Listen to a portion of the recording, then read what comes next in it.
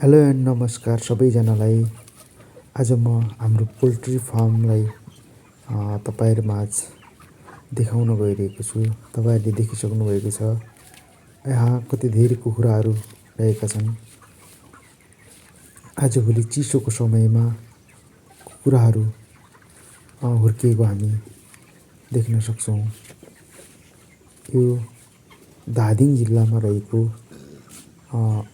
मलिखु एरियामा पर्ने गर्दछ। तपाईँहरूले देख्नुहुन्छ यहाँ कुखुराहरू। अनि यो भित्र कुखुराहरूलाई पानीको व्यवस्था पनि फरक तरिकाले गरेको देख्न सक्नुहुन्छ। तपाईँहरूले अर्को फर्ममा देखाउन गइरहेको छु।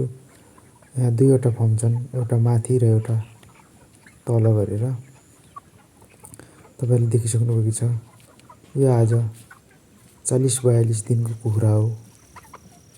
यहाँ देख्न सक्नुहुन्छ कति धेरै कुखुरा छन्।